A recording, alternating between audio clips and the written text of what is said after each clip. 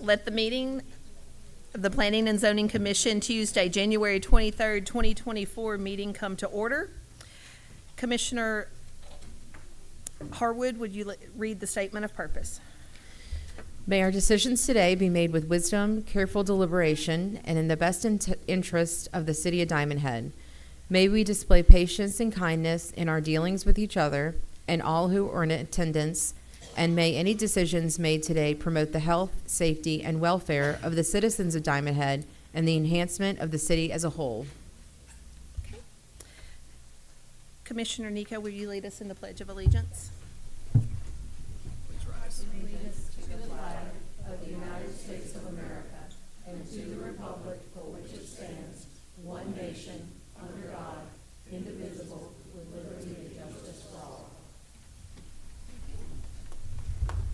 Commissioner DeBrow. Commissioner Hallwood. Commissioner Nico. Present. Commissioner Bennett. Commissioner Lael. Present. Commissioner Brewer. Present. And Chairman Flowers. Present. Our next order of business is the confirmation or adjustments to the agenda. Are there any adjustments that we need to be made? Okay, if not, can I get a motion and a second? Motion. Second. Okay, all those in favor say aye. Aye. All those opposed? Okay. Moving on to the approval of the minutes from the December 12th, 2023 meeting. Are there any adjustments that we need to make, or do we have a motion and a second to approve them as written? I make a motion to accept them as written. I'll second. Okay, all those in favor say aye. Aye. All those opposed say nay. Okay, motion passes. Okay. As we move on into new business, those of you who have signed up to speak, you will be called as the point that you would like to speak on comes up. So if you signed up to speak on point 4, then when point 4 comes up, we will call on you. Additionally, we will not be allowing yielding of minutes. If you have signed up, speak for 3 minutes, and we will move on to the next person. Okay. So, new business. Word and Robin Johnston have filed an application requesting a variance from the zoning ordinance Article 4.19 to allow the construction of a pool screen enclosure within 10 feet of the rear property line. The property address is 7515 Turnberry Drive. The tax parcel number is 067N check 1 check 35 check 002.000. The property is in an R1 zoning district. The rear yard setback is 20 feet. The variance requested for the pool enclosure is 10 feet. The case file number is 202300543. Mr. Rich. Thank you, Madam Chairperson. First of all, I'd like to say Happy New Year to all of y'all. This is our first meeting of 2024, and glad to see everybody here except for Mr.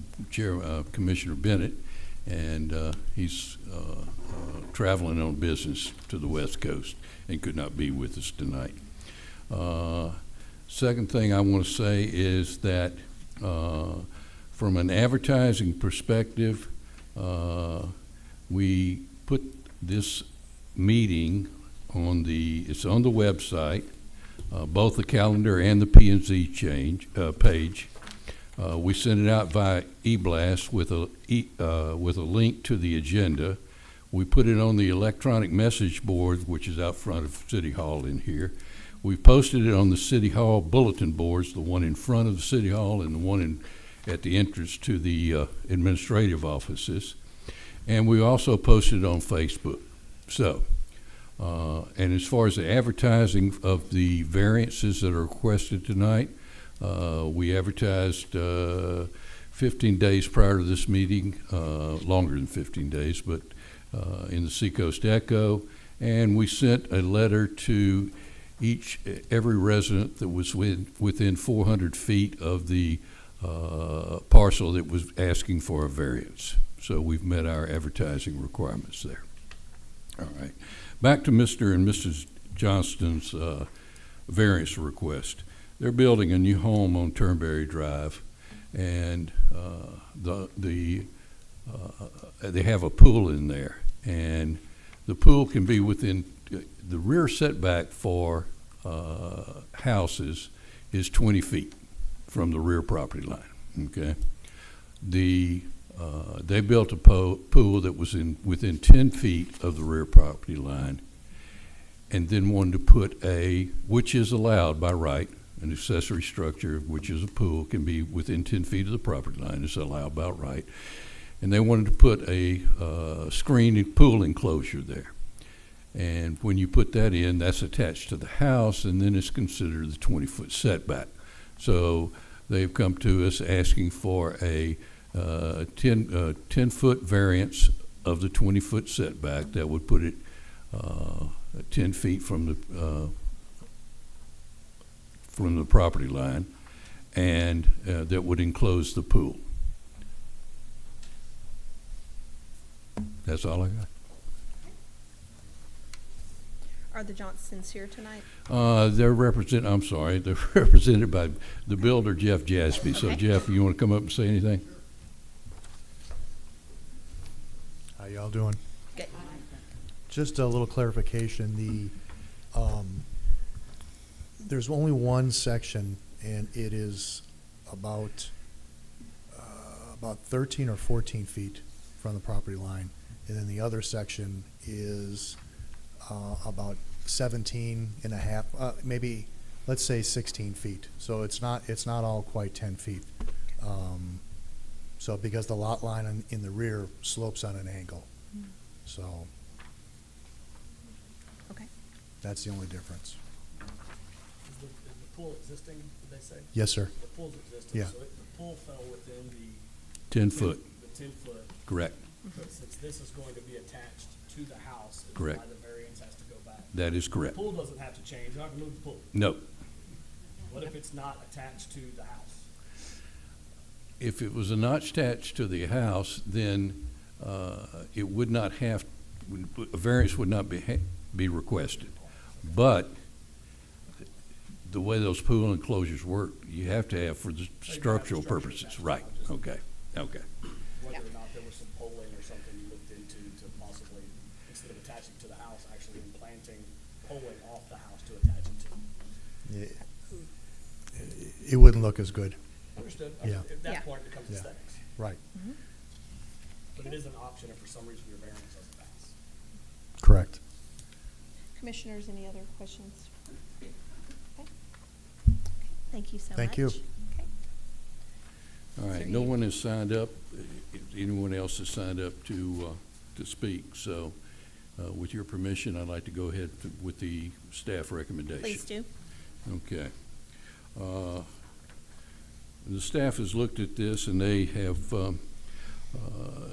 there's some findings of fact, as you know, that have to be met. And the findings of fact, you have to answer yes to each one of them. And the special circumstances and conditions do exist which are peculiar to the land, structure, or building involved. You will notice I gave you an additional page here of GeoPortal of where the lot is, and it shows us the side lot. I know, I gave you a lot of additional pages. All right, very good. If you'll notice, one side lot line is 30 feet, almost 130 feet, and the other one is 116 feet. So as you can tell, it narrows down towards that end, that sloping end. So it is an irregular shaped lot. And it does not allow the pool screen enclosure to meet the 20-foot setback. Literal interpretation of the provisions of this title would deprive the applicant of rights commonly enjoyed by other properties in the same zoning district under the terms of this title. There are many other screen pool enclosures in the R1 district, as well as on the golf course. A similar variance was approved by this body in January of 22, just at the end of the fairway by the green on Turnberry Drive here. So the same hole that this we approved one there. That special circumstances and conditions do not result from the actions of the applicant. I will commend Jeff on this, Mr. Jasby on this. This is a 4,500 square foot put on this lot, and he meets to the dot every mark as far as the setbacks are concerned. So he has maximized the use of this lot, and there's no other way he could put it on there to do this. The special conditions and circumstances do not result from the actions of the applicant. I just read that, excuse me. Okay, could we silence all cell phones, please? Thank you. All right, the granting the variance will not confer on the applicant any special privilege that is denied to others. No, because we've already granted those. The variance, if authorized, will represent the minimum variance. That's obvious that it will represent the minimum variance. By the way, this is a custom-built screen enclosure. It's not one you buy off the shelf. So the cost has already been incurred for this too.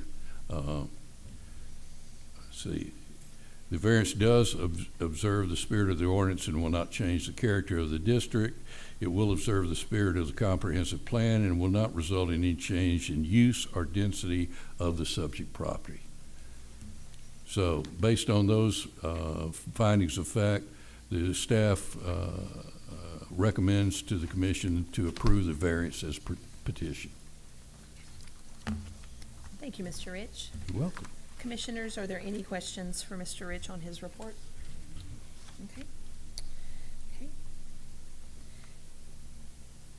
So, can we have a motion to make a recommendation to the city council to approve the variance as stated in number 4? And I would just clarify, just make the motion should read to accept the findings of fact as presented. Okay. And make the recommendation to the Okay. planning and zoning to Duly approve. noted. Okay. So do we have a motion to accept the findings as stated And to recommend. and to recommend? Yes. So moved. Okay, second? Second. Okay, all those in favor say aye. Aye. All those opposed say nay. Okay, motion passes. Moving on to new business number 4. Susan Joyce has applied for an application requesting a variance from the zoning ordinance Article 4.19 to allow the construction of an accessory structure within 5 feet of the rear property line. The property address is 684 Apona Street. The tax parcel number is 131A check 0 check 04 check 067.000. The property is in an R2 zoning district. The rear yard setback is 10 feet. The variance requested for the accessory structure is 5 feet. The case file number is 202300565. Mr. Rich? All right. Ms. Joyce came to us. She was having a shed slash art building in her rear yard being built. And it was in the process of being built. And it did not meet the 10-foot setback. So she came to us requesting a variance of 5 feet. So it would be 5 feet instead of the 10-foot setback. So my understanding is the slab has already been put there and the building is partially built. Once she came to us and realized that it did not meet the 10-foot setback, she halted the construction to wait upon the variance. Okay. Is she here tonight to speak? Yes, she is. Ms. Joyce, do you want to speak or do you want someone to speak on your behalf? Okay, very good. Thank you.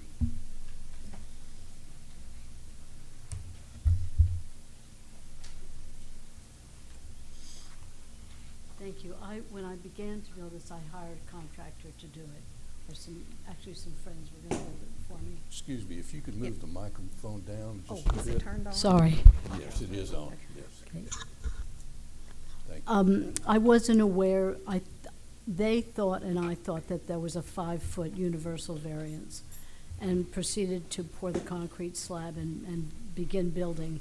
When I realized that it was, didn't meet, I did apply for the variance, but I wanted to make it clear that the main concern of my neighbors behind was that there might be some water runoff. We're going to put in French drains that will come from the back of the building. There'll be no windows on the back, but we will put drains that will put a French drain that will go out into the street on the front of my property. So there won't be any runoff on my neighbors behind me. I've already talked to them about that when I realized that I was in error. The outside of the structure is better than 50% completed, and I'm sorry that I wasn't aware of that at the time. But I was building it so that my neighbors and I could do crafts out there, or pot plants or whatever, and I'd like to be able to finish building it if possible. Okay. Commissioners, any questions? I do have a couple of questions. Is your backyard fenced currently? It's fenced. It's fenced. Was there a permit required for the construction that was put down for the slab? Yes. And I thought that the people that were doing it had taken care of that. I don't know much about construction here, and I thought that everything was taken care of, No, I understand. and clearly it wasn't. I've helped my in-laws go through their construction process, because there's a lot to deal with. You talked about the French drain on the building. Are there gutters that are tying into that French drain to capture? There the will water? be, yes. Okay.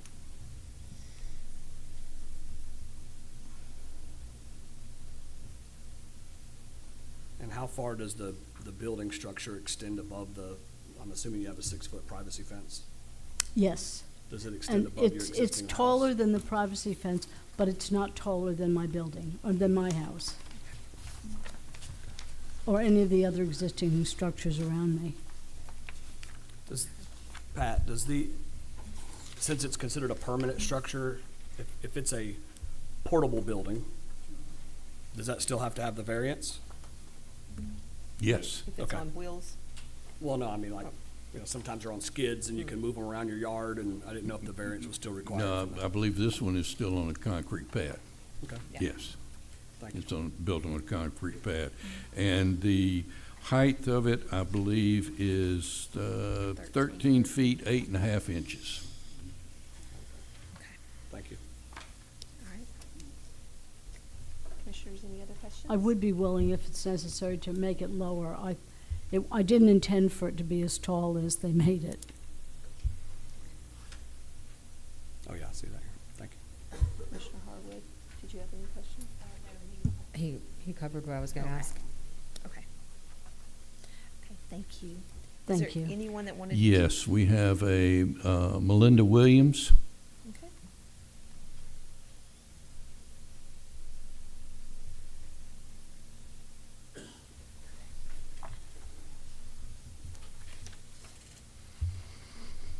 Okay, please state your name and your address. Melinda Williams, Okay. and my address is 696 Apona Street. Yeah, I'm trying to think of exactly how I want to say this, because I've been friends with Susan now for a few years, and when she had come up with this idea to buy, the land next to her, it was a toss-up between my stepdad at the time, or her, which one wanted to buy it. And she loves her plants and this, that, and the other, so she had thought about doing a potting shed back there, and, was just telling me about her dreams, for her land, and then to hire somebody to do this for her and make such a big mistake that hits her pocket, the whole 9 yards, it's unfair. And we're just hoping and praying that, she will get to keep this structure and she can go on and plant, and we can all get out there and do our arts and crafts. So that's the main reason why I wanted to talk. Okay. All right, thank All you. right, thank you. And next we have Miss Ernest. I'm sorry, I can't.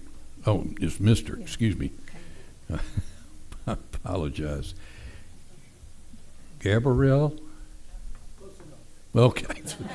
My apologies. How y'all doing tonight? Good. Please state your name and your address for the Ernest record. Gabriel, 6956 Opponent Court. I've only known Susan for a little while, and I think it's been said that she's going to put the drain in, and it was a mistake that was being made, and I don't see anybody, other neighbors here that's objecting to it. I only see the neighbors that are standing up for her. So if anyone was opposed to it, I don't know where they are. And we think that she's probably providing a community service by allowing people to come and use the place as a craft shop and stuff. So, you know, that's kind of important too. So I just think she should be allowed to have it because she's got a great heart and she meant well, and if a mistake was made, it wasn't her fault. Thank y'all. Okay, thank you so much. Mr. Rich, anyone else? No, that's all. Okay. Go ahead. So, when she came to get the permit, is it her that asked for the permit or her builder? It was her that she came to say, the building has already started. This is for the variance. She came and said, I'm not within 5 feet. But for I'm the- not 10 feet. So for the permit to build it, the original permit, There was none. oh, I thought that's what you asked. No, there was So there was an not a original- permit required. There is one required. There was not a obtained permit before the She did requested. not obtain it Right, before. Okay. correct. Okay. And she stated in her comments that she thought the contractor was taking care of that. Okay, All right? thank you. Ms. Joyce, and I apologize, I had another question. You don't have to, you can answer from there if that's okay if I ask her from there. It's up to you, sir. Your contractor, and I understand your dilemma, and I can appreciate it. I'm in contracting myself. The contract that you have with your construction builder, does it identify anything in there regarding that he's supposed to pull permits? The contract that you have with your builder, is there any language in there that identifies that he's supposed to pull your permit? Honestly, it's been several months, I don't, Okay. didn't get the contract before. Secondarily, did you get an insurance from him that named you as an additional insured during the construction process that you may be able to lean on to if you are denied? Did I get insurance in case? Insurance, your contractor has to carry insurance. Did you get named as a secondary insurance or copy of insurance prior to your, okay. I was just looking for options if you get denied that you may be able to lean back into. Thank you. Mr. Rich, your staff report? All right. First of all, I'll start out by saying that we received 2 letters and a phone call that were against the variance request. And you'll read those into the record? Yes, I'll be happy to. The first one is, it states, and it's not, doesn't say who it is. It says, I am not in agreement to approve or grant this application for a change in variance. Please do not consider, thank you. And oh, by the way, both of these were written on the property owner's notice that we sent out, Okay. which, and don't have the addresses for them, so anonymous. For those that don't know, would you clarify with the group as to who you send those letters out to prior to, so they know that, Yes. just going to different wards? Yes, this is one of the requirements in a variance, is that you have to notify adjacent property owners, and I believe our ordinance says 300 feet. We expand that for notification purposes to 400 feet. So everybody is notified within that period of time. Within that distance, excuse me. I did speak to the people that are directly affected on the backside where I'm asking for variance, and they said as long as there was no, the only thing they were concerned about was the drainage, and I explained to them what I was gonna do, and they both said they didn't care as long as there was, I could build whatever I wanted, as long as the drainage was, affected. Okay, I'm going to repeat what she said for the record. Okay. And correct me if I'm wrong. What she said was that she spoke to the neighbors that would be directly affected in the rear of her property, the back door neighbors, and both of them, she explained, they were concerned about the drainage. She explained to them what precautions, the French drain, the et cetera, that she was going to use to divert the drainage from their property, and they both agreed that that was okay. Okay. All right. Thank you. So, getting back, okay, and then the next letter, to whom it may concern, I am opposed to granting a variance on the building. The structure will cause a water problem and damage to fencing.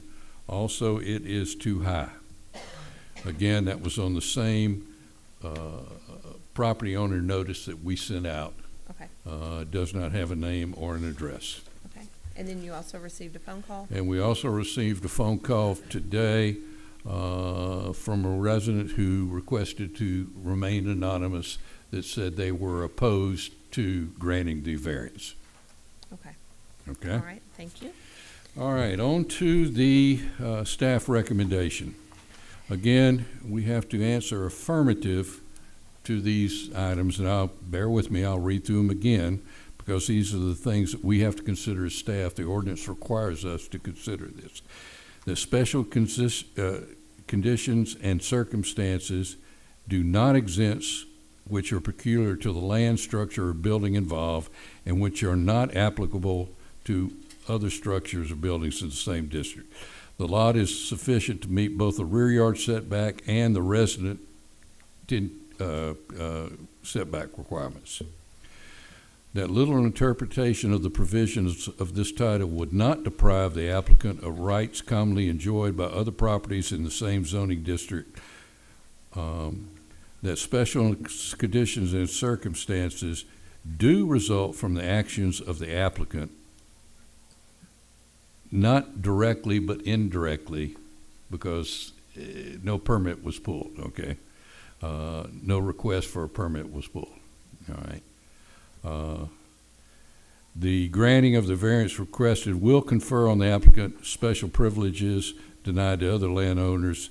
The variance will not represent the minimum variance and will not represent the least modification. The variance does not observe the spirit of the ordinance and will change the character of this district. The variance will not observe the spirit of the comprehensive plan. And the variance requested will result in a change. Well, it won't result in a change. I'm sorry. That's incorrect. While staff is completely sympathetic and has empathy for the applicant, the ordinance does not allow for that. So the staff, therefore, is forced to comply with the ordinance and recommend that you not approve this variance as requested. Okay.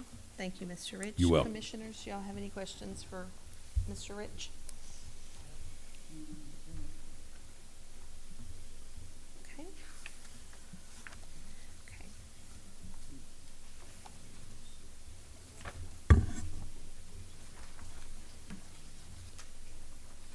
I'll give you a few minutes. You good? You good? Okay. Okay. So, Commissioners, do we have a motion for a recommendation, as stated by Mr. Rich, to deny the variance, or, what are your thoughts on this?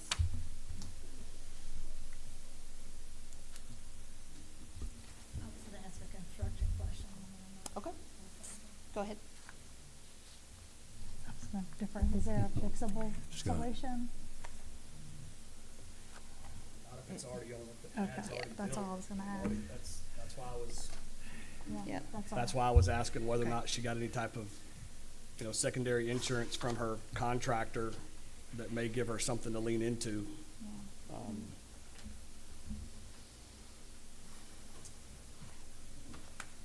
Okay. All right. So do we have a motion to make a recommendation based on, the variance as, or the staff report? Well, basically, what you either make a recommendation to approve, recommend approval or denial, Okay, and then have a vote on it. all right. And if I may here, this body is a recommending body. This is not the final decision. Final decision is with the city council. So all proceedings here tonight for the variances, the approval or denial thereof, will then go to the city council and they will make the final vote on it. So this is just a recommendation by the staff and this body, and the city council makes the final decisions on that. And you will be able to present your case to the city council, but both in favor of and against whatever was recommended here tonight. Okay. All right. I move that we accept the staff recommendation to deny the application based on the information provided. Okay. Do we have a second? I'll second. Okay. Those in favor say aye. Aye. Aye. Those opposed say nay. Okay, so motion passes. Again, as Mr. Rich said, you will be able to present this to the, oh, what? Were you clear on that? We had one nay? No, Okay. We had 3 nays. I'm sorry. Okay, sorry. let's do that again. Okay. Let's do a roll call. Okay, let's do a roll call. Okay. Okay. Nico, Nay. Brewer, Nay. Harwood, Is my correct reply aye? If you're in favor of denial. Correct, okay, aye. Lael, Nay. Bennett, Flowers. Aye. I believe that's 3-3. Counselor? I love it when everybody looks to me when we have a tie. No, so it still goes to the city council, and it does not go to the city council with a recommendation one way or the other. If you guys had voted 4-2 against the motion to deny, it would have gone with a recommendation. You voted 3-3, so it still goes to the council, but there is no clear recommendation from this commission. Okay. That's how I read it. Okay, my apologies for that. So, Yep. okay, so number 5, Susan Muth has filed an application requesting a variance from the zoning ordinance, Article 4.19, to allow the construction of a carport within 7 feet of the side yard property line. The property address is 10779, help me out here. Lalone Way, thank you. The tax parcel number is 067G, check 1, check 25, check 285.000. The property is in an MH zoning district. The side yard setback is 10 feet. The variance requested for the carport is 3 feet. The case file number is 2023-00586. Mr. Rich. Thank you, Madam Chairperson. All right, Miss Susan Muth was having a home, manufactured home. This is up in the Holiday Village area where the manufacturing home district is. She was having a manufactured home put in there, a new one would come in there. And when it got completed, with the carport, which is required, the carport, was within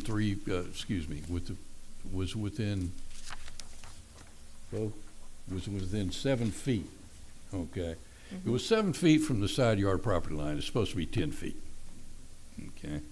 So she came and requested a variance of 3 feet to allow that to take place. Give you a little background on this, the information, because Ms. Muth is not here tonight. She bought this from a mobile home, manufactured home dealer located on Highway 49, and they came to install it, and the site plan said it was going to be in the middle of the lot, which would, I'm sorry, the site plan said it would be on the left-hand side of the lot, which would give her plenty of room to meet the 10-foot setback for the carport. When they got there to install it, they put it in the middle of the lot, which created the problem. She was recovering from surgery and unfortunately wasn't there. We discussed with the manufactured home company about coming out and moving it. Of course, they didn't want to do that, and it was going to be time-consuming, work through legal, blah, blah, blah. So the simplest and most efficient way was to ask for the variance. Okay. There is no one here to speak on that tonight, neither for or against. I have received nothing, either for or against. So, do y'all have any questions before I give my recommendation? Been asking questions all day. Go ahead. The mobile home lot, did they require a permit prior to that showed the plot and where it was supposed to be set? Yes, sir. Have they already taken it off the wheels and? Yes, sir. Okay. Thank you. You're welcome. Staff report? Staff report. Okay, special conditions and needs do exist. And it was because the manufactured home company did not follow the site plan and put it where it was going to be, that it was an approved portion. Little interpretation would deprive the applicant of rights. Carports are required by the zoning ordinance. You got to have a carport in any zone, a residential zone in the city of Diamond Head, manufactured homes included. Special circumstances or conditions do not result from the action. The applicant was unable to be on site at the installation of the manufactured home. As I stated earlier, she was recovering from surgery, so she wasn't there. And it was only after she was able to go to the house that she saw the carport was within the, or maybe it was our inspection. I don't remember which one it was, but it was one or the other. Okay. It will represent the minimum variance required in order to provide relief. And it does observe the spirit of the ordinance and will not change the character of the district. Will observe the spirit of the comprehensive plan and will not change any, result in any change of density or use of the subject property. So based upon those, staff recommends to approve the variance as petitioned.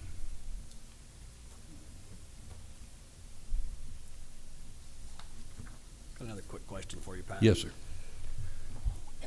When the inspection was done, well, first off, who pulls the permit for that? Was that the manufactured home dealer that pulled the permit or the property owner? Manufactured home, So as. the dealer, yes, I'm sorry. Okay, so as municipality, once we realized that it was not put in the right locations, would they have not had to reapply for permit or make the correction? Because their permit was based on it being in one particular site plan, and now it's completely different. And Yeah, Bo, help me out, please. Okay. Just trying to better understand why they, Well, okay, go ahead. So when we went to do the initial inspection, is when the carport was and the deck was being built, and as soon as we pulled up to the site, we noticed that it was closer. We could see that it was closer than 10 feet to the fence on the side of it where the other house was. So the manufactured home was already in place, and they had been already constructing the deck and the carport next to it. That's pretty typical with those manufactured homes. They'll install that, you know. Had she already moved in? No. Okay. With manufactured homes, we have to wait. The building code requires us to wait until everything is installed before we can even turn power on to the house for them to move in, so. Okay. so there wasn't like when I've had to set these unfortunately in other parts of the country, there wasn't like an anchoring tie-down inspection that was required that would have been caught, that would have caught it before they added all the other amenities Yes, when onto they it? called us for the anchoring tie-down inspection, that's when we noticed the carport was pretty much already built, among other things. So, yeah, so we don't get out there until they call for that inspection. Is our first one. Okay, thank you. Are we finding those contractors? There's nothing that in the ordinance that allows us to do any fining whatsoever. Fining is a judicial matter, and it would be, we would have to take, I assume this is correct, issue a citation to the manufactured home dealer, because they were the ones that had the crews that came and installed that. We would have to issue a citation to them and bring them in for not putting it in the proper place. What kind of fine that would be, I don't know. But that's up to the judicial system. Any other questions for Mr. Rich? For another time, but is there a way for us to put teeth to something like this? I mean, I know that we've talked about having teeth with some of our ordinances and getting inspections and stuff done.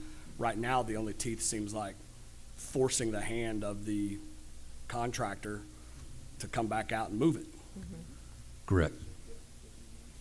which would then ultimately draw out the time frame that the resident would be able to Which take occupancy. the resident did attempt to do that, but as you might well imagine, the manufacturer said, we put it out there, everything's fine,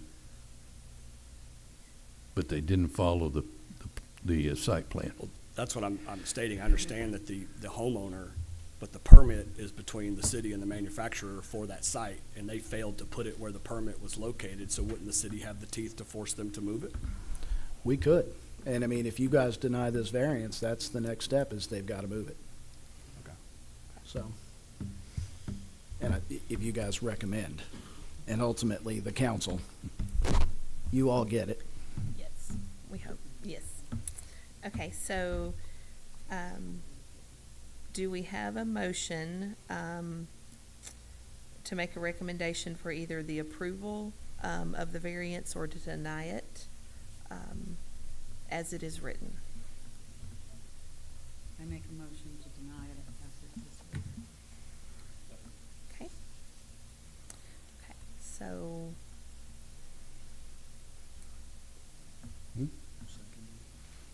Lynn, Okay. yeah. Yeah, vote. okay, so the recommendation is that we're going to deny the recommendation, okay? Correct. So all those in favor of denying the recommendation, say aye. Aye. Aye. All those opposed, say nay. Okay. All right, so the recommendation to the council will be to recommend to deny the variance. Yes, All right. yes. Okay, moving on to unfinished business. Mr. Bob Barber with Orion Planning has joined us tonight, and he has a presentation for us on the zoning code rewrite. Thank you for joining us tonight. Thank you for having me, and I'll echo Mr. Pat's greeting earlier. Happy New Year to you. It's good to be back on the coast. I came out of a snowstorm that was about ankle deep, and so I'm still cold. But Madam Chair, Commissioners, I hope it's not too lengthy. I just wanted to make sure that, given the new makeup of the commission and that we were all on the same page as to how we got to where we are with the zoning code rewrite, and then also review some of the key provisions of it. Some of this material has been you've seen before, but I've embellished it a little bit. So if I get to dragging too long, please feel free to speed me up, and I'll speed up. So I'm Bob Barber. I'm with Orion Planning and Design. We have been working with Diamond Head for about 3.5 or 4 years. First with the comprehensive plan, Envision Diamond Head 2040, and then a couple of follow-up projects that were related to implementation of it. So Diamond Head issued a call for proposals to do a new comprehensive plan in back in right before the pandemic. And we responded to that, and we were selected to assist the city and facilitate a plan, comprehensive plan.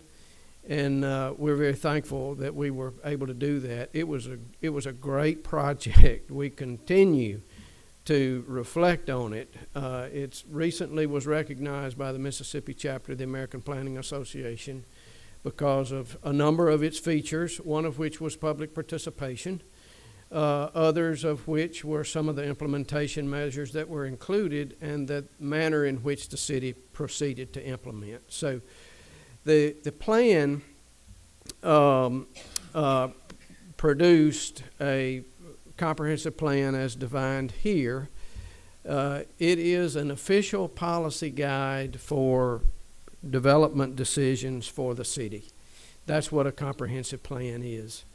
It is required by law in Mississippi under 17(1-1), if you're going to do zoning and development controls, those zoning and development controls, other development controls, and other kinds of implementation are to be based on a comprehensive plan. So the comprehensive plan takes a broad look at the community. It looks at certain physical aspects, certain social aspects, and various economic aspects, and develops with the community, develops a long-range vision. We have a particular way of going about that, a particular methodology that we use, that we like, and we found to be very successful. But that's what the comprehensive plan is. And again, its function is to form the basis for your zoning and development controls going forward, along with other implementation projects. This is the planning process that we use. We go through 5 steps. There's a discovery step, which is all essentially analysis, looking at land use, looking at economy, looking at environmental conditions, all of those kinds of community development components from basically a quantitative perspective. Then in the step 2, we begin to develop direction, and the direction for the plan comes from the community. We don't bring a direction. We do all we can to get community input and develop the direction of what we get as feedback from the community. That's direction. The third thing is then to craft the plan itself and its elements.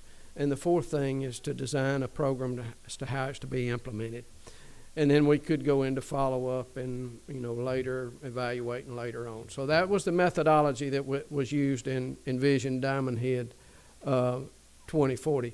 And by the way, this machine is, this setup is the only place I can't use my clicker to advance the slides. I don't know why, so Pat's assisting on the machine over there.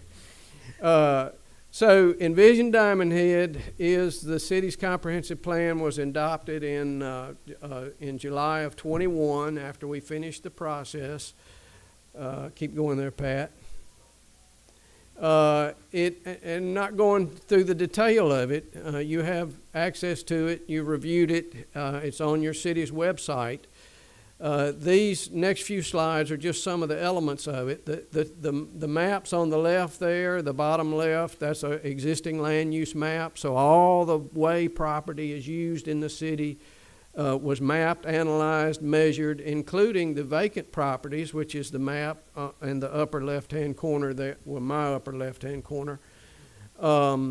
The dark shaded properties were vacant, and then we analyzed those. What could they be used for? How were they currently zoned? All of that is put into the model.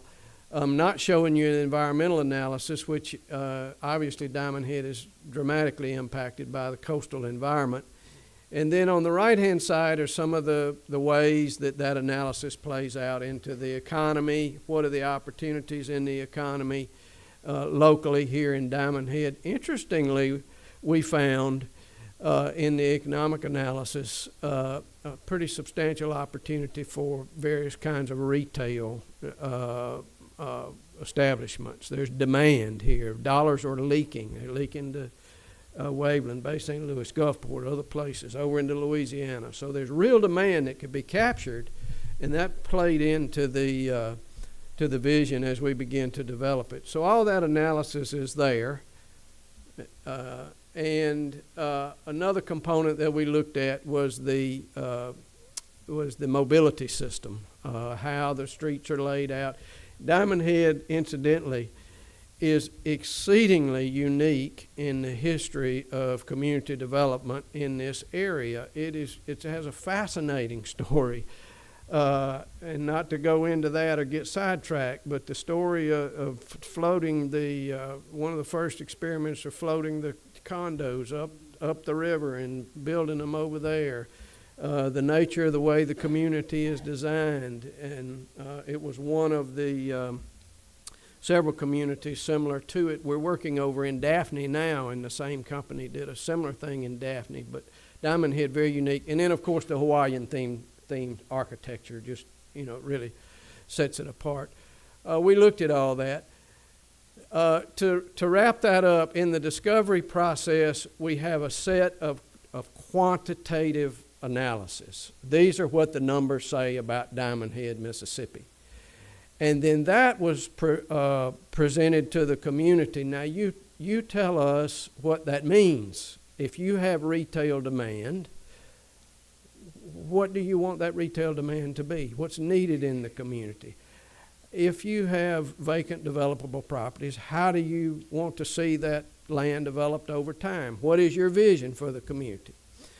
That slide there simply tallies up all the various ways in the center column that Envision Diamond Head received inputs, up to a little over 4,000 touch points. We call them touch points. Somebody's either visited us on the website. We had a project website. They've come to a meeting. We had pandemic meetings, but this room was nearly at capacity, although we did make arrangements for social distancing at the time. Surveys, we had an excellent community survey that had 350, 400, 380 respondents. Anyway, you tally them all up, we got a very good response from Diamond Head. Also included focus groups that we used and other inputs. So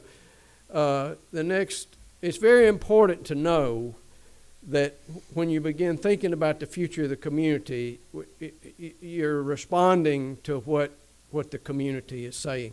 These are just some pictures. We had an interactive map exercise here that people dotted loves and cautions and where they'd like to see this or that. That's the map in the middle, and others are gathered there participating in one way or another.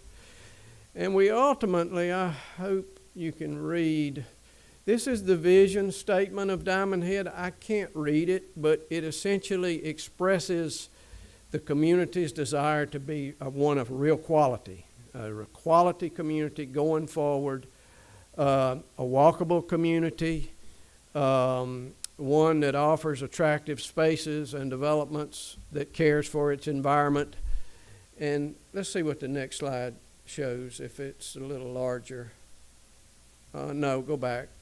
On the right-hand side of this slide, you'll see 4 themes that emerged as Diamond Head spoke about this plan. One was preserving Diamond Head, the best aspects of the community, the natural environment, preserving Diamond Head, growing Diamond Head. Under growing Diamond Head, one of the top items there was ensuring that you had a quality commercial environment downtown. Tons of comments about we need to improve our commercial spaces in Diamond Head, among other items, and then other growth being environmentally sensitive and I can't read. I got it right here. Sorry. It's important to know that the plan is responding to these goals. So as I scan and I get right. So preserving Diamond Head, growing Diamond Head, sensitive waterfront developments, mixed-use, walkable, aesthetically pleasing downtown, expanding the community when the time is right. No one's meaning expanding the borders of it if the appropriate time comes. Diversified housing choices, connecting Diamond Head. Lots of comment about walkable, bikeable, well-done connections in the community, and then celebrating the Diamond Head brand. That is festivals, the social components of living in Diamond Head, quality sites and designs. So that was the vision that and I don't want to say was, it is the vision that is established in your adopted comprehensive plan for Diamond Head. Now, we go into phase 3, we begin to plan these things. All right, that's all, it's very nice, vision. How do we get it on paper and how does it get implemented? So we use a methodology called place types, and you'll see that right in the center of this slide. Natural waterfronts, the residential neighborhoods, the commercial centers, and then the special areas. That was the place type palette. It's unique to Diamond Head. It responds to the conditions here. Pat, next slide. And what we end up with when we put it on a map, we end up with, let's see if I can get, we end up with much of the developed community. This is all the developed residential areas here. And, there's really no change. That pattern is set. There's lots of opportunity in the commercial spaces and the waterfront to ensure that a quality commercial area develops over time. So there's quite a bit of attention paid here. And then these are your expansion areas. If the community expanded, how would it expand out, capturing perhaps this interstate? And then what I was told at the back door, y'all referred to, told at the time y'all referred to as the back door. So that would be up there on the north area. So that's a composite place type map. All of those place types are illustrated there. And then some of them are drilled down into more detail. So this was the concept for the waterfront. Lots of opportunity to redevelop on the waterfront. We provided a kind of a mixed use waterfront concept here that was well received. Also pulling the commercial areas down with perhaps hotels or some type of residential development down in these areas. And then the detail of it is explained on the right there. What does all that nice little picture really mean? So those were the waterfront areas, and then again, I'm just taking some examples out of this. Pat, next page, next slide. Back up one. And then what really captured attention was what are the possibilities for downtown. So looking at this area, everything in the darker red was kind of the existing suburban commercial that had a high, it was a candidate for improvement in the darker red. In the lighter red was a candidate for more mixed-use walkable types of development. And so we explained all that in the text here, and then some precedent imagery as examples of that. And then over on East Aloha, we sort of started looking at how the building massing, pulling buildings up to the street, making it walkable and less suburban sprawl, mediocre commercial kind of development. So that's the commercial components in the plan. Hey, Bob, Yes, sir. the waterfront that you were showing, Yes, sir. was that the existing waterfront that we have on the south side? Yes, sir. Yes, sir.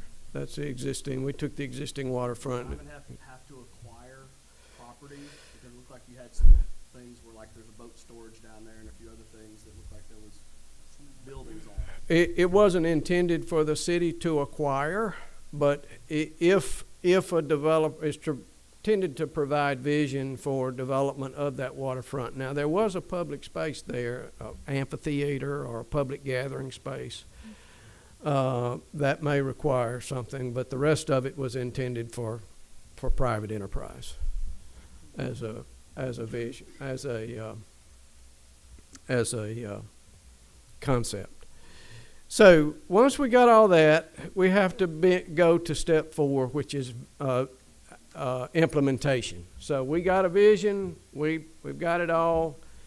The aspiration is there. How do we get things implemented? So the plan will include a matrix, and if you'll look carefully there, I just pulled the first page of the implementation matrix out because it will provide a couple of the key strategies. One being, obviously, you got to adopt the plan, which has been done. Secondly, a comprehensive plan is a fluid document. It's not etched in stone. It is intended to provide guidance, and as circumstances change or information comes to light, adjust accordingly. And that will be reflected in one of the strategies there, one of the early strategies to revisit it periodically, annually, semi-annually, and adjust accordingly. And then another element was so you're implementing by policies, projects, and management. Projects are listed. The primary policy is the zoning code. So to achieve these place types, that mixed-use walkable, these kinds of things, we need to address the zoning code to achieve this vision. So we were engaged to lead that rewrite process of the zoning code, and that's where I'll shift gears. I'm not sure how much time I spent on that. Hopefully it wasn't over 10 or 15 minutes. But here we go, and let me review. This is material that you will have seen before, and then I'm sort of reintroducing it to you. I'll go through this in about 10 minutes and then kind of come to a conclusion and offer some next steps. So in the process of doing the plan, Envision Diamond Head, and among the couple of surveys that we did, top 5 community concerns, you'll see them there. The future of the community amenities, which is an ongoing discussion. Improvement of Diamond Head's commercial district is right up there, right with it. Preservation of natural areas, expansion of bike and pedestrian paths, and then dealing with the areas where the roundabouts will go. Just FYI information that came back. So when we look at the zoning code itself, these are best practices and not so best practices. You can just scan them. When we address a code, we'll approach it looking at three primary areas: how it's formatted, what about the regulatory content, and what processes of administration are included there. And so it's easy enough to scan the best practices there and the not so best practices, and this sort of guides the way we're looking at things. Pat? All right, so assessing your current zoning ordinance. In 2012 is when it was adopted. I'm not here to, it served a good purpose.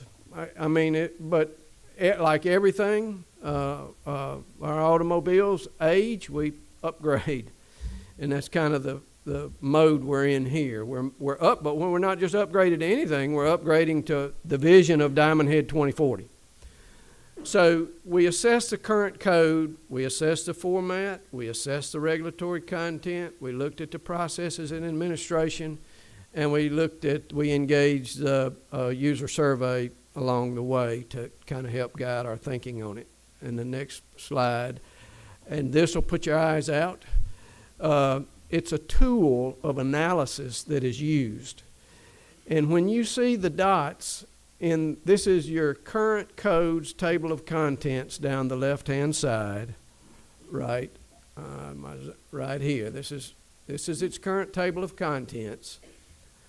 These are the typical elements of a good zoning code across the top. When you see a pattern of scattered dots like this, you immediately know you got a kind of you got a code that could be helped with better organization. That's one tool of analysis. And the next slide. In this structural and organizational assessment, this is the existing organization of the code. This is a color-coded item. For instance, all of these address the same topic area. There's no need to divide this up into 4 different articles. So this kind of color codes and reorganizes. And this is the table of contents of the new code. So we go from 20 or whatever that is articles down to 10. It's much more approachable. Those place types I mentioned in Envision Diamond Head 2040, these are Diamond Head's place types. Do they match the existing code? This is a place type to zone alignment analysis. Some cases they do, in other cases they don't. So we have to create the town center zone, or we have to create the new urban, the traditional neighborhood zone. There's no equivalent of that. That's another point of analysis, Pat. And then this one we did a use analysis. You've got a chart of uses. It lists 250, I think it was 50 or 60 uses. It's almost overwhelming to look at.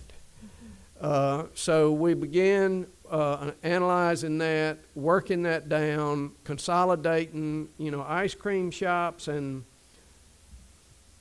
snow cone shops. They don't need to be separated into 2 different uses in a code. We can just say snack shop, and we got them both covered. So that principle was used to consolidate this down to around 150 uses. In terms of format and navigation, we already mentioned the articles are reorganized. All the key sections are hyperlinked, so you can click on one, section that references something else, and you're going to go to that other space. The layout and hierarchy readability was adjusted, and the interactive navigation. You can click the pages and advance it and go backwards and so forth. So to give a sense of the organization of the code, this is the old code here. This is what you're looking at. This is the way we format the new code. We break these these regulators down, we put them in charts and matrices, we provide some graphic support for what you're looking at. This is the navigation down at the bottom. So that's one element of it, Pat.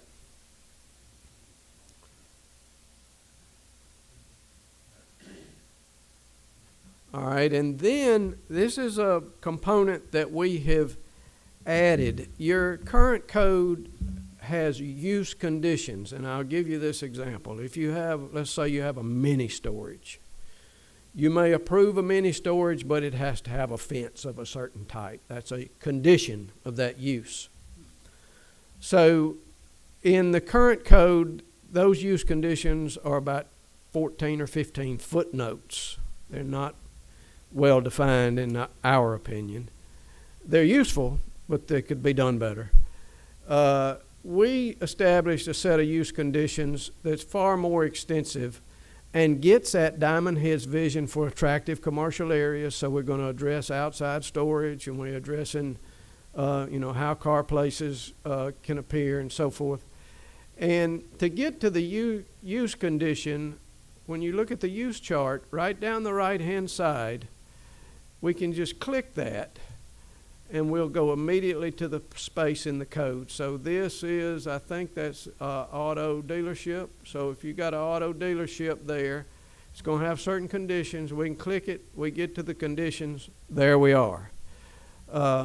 We had a nice comment in this is online for comment, by the way, from whoever wants to comment on it in the world, I guess, for the clarity and the ability to get around, and the organization of it was complimented, which we appreciated because we work hard to get that done. All right, so the table of uses: simplified, reorganized, clarified, and shortened. 250, 260 to 160.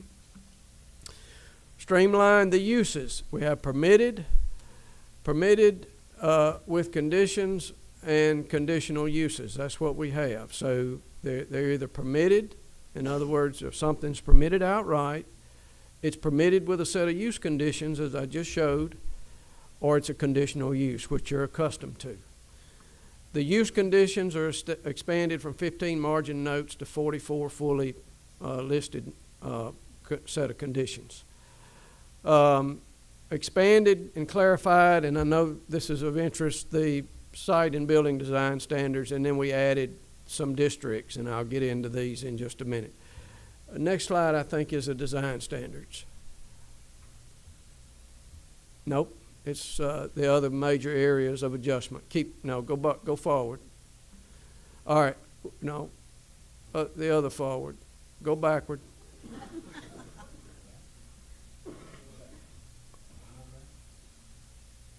Okay, right there. All right, so we clarified the existing districts, right-sized the parking ratios. This is a thing all over the country. Generally, codes prior to 2015, generally speaking, require excessive parking rate, massive amounts of parking. So there's a big move. Some communities eliminate parking ratios altogether. We're not there yet, but we did right-size parking ratios. So as not to waste land and create parking lots unless they're needed. We incorporated the recent amendments to the signs, the short-term rentals, and the trees are to come. I think that may be on your agenda in just a minute. We also added low-impact design provisions, meaning that when developments are designed, they will be responsive to low-impact stormwater management design principles, and we have that referenced in the code. All right, so I've already done that. Go again. That's the use conditions. I accidentally duplicated it. All right, so here's the design. This is a section that is essentially added. You have some building and site design standards. Where you have some in the draft code, we have put them in blue. And we've added a note, we'd recommend eliminating this. Where you don't have it and we think you need it, we simply add it in like this.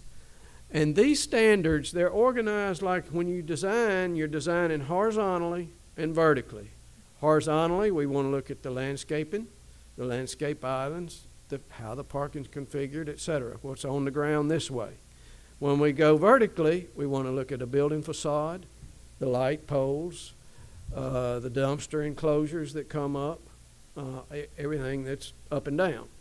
So that's the way these are organized. Also, flat on the ground would be sidewalks, of course, and driveways and how that works.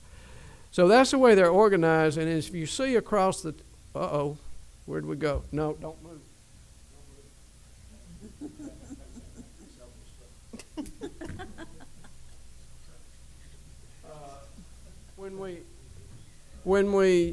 When the way we organize this, the zones they apply to are across the top. And as you can see, a lot of things are not going to apply in the residential zones, but they will apply in the various commercial zones that we have here. So that feature is there. Now, back up one again. Go backward. Now, the way we have this administered in the code, it's subject to adjustment. This is for comment. We're not asking for action. But for the administrative function of the design standards, right now the suggestion is that it be a staff-administered review with appeals to the Planning Commission. That's not the only way to do it. You can set up a full architectural review commission, which at this time is not suggested in the code, or you can utilize the Planning Commission itself to administer the design standards. But as it's written, it's shown as an administrative function with appeals where there's not an agreement. It comes to the commission on appeal. All right, now, just to give an idea, this is just a very one simple sample of what the design standards are intended to achieve, and they will achieve, by the way, because we've achieved it in many places. This would be a generic AutoZone, or we could be O'Reilly's or Pep Boys, or it could be a fast food restaurant. It could be anything. It's going to be their concept of what it should be. This is not franchise, but their corporate vision of what they're. All right, I would submit that this is not responsive to Diamond Head's vision of itself. It's just not. They're not from what we've heard. So the way to get it more responsive to Diamond's Head vision would be to apply the design standards, and then you go to the next slide, and we get AutoZone doing something like this. Now, I'm not suggesting this AutoZone or whatever it is, Pep Boys or any O'Reilly's or whatever. I'm not suggesting that's what you necessarily, that design is what you want in Diamond Head, but it does move it towards a more attractive, character-based kind of establishment, which adds minimal cost, if any cost at all. It's a matter of design. You'll also note that we pulled the parking to the side of this building. It's not street-facing parking. The building's pulled up. So that's just one simple example of the design standard and the application and what can be achieved in the commercial areas going forward. Next slide. All right, and I'm getting close to being done. I wanted to touch on the town center because I know the conversation about the town center mixed use and, what is it and what are we doing, and et cetera, et cetera. We had multiple inputs for devising a code that moves toward a mixed-use town center, downtown type development. And those inputs are these. First of all, there was a Linfield plan. The city commissioned a group out of Louisiana to provide a vision and a site plan for a very specific area of the community, and it was sort of associated with the waterfront, or I can't, is that Noma Drive? The project down there to access the water. and what might happen here. And we were tasked, during the planning process, we were tasked with an extra thing of creating a code, create a code for this. I don't have the precedent imagery of the buildings up there, but they're traditional. Linfield showed it as traditional kind of downtown buildings.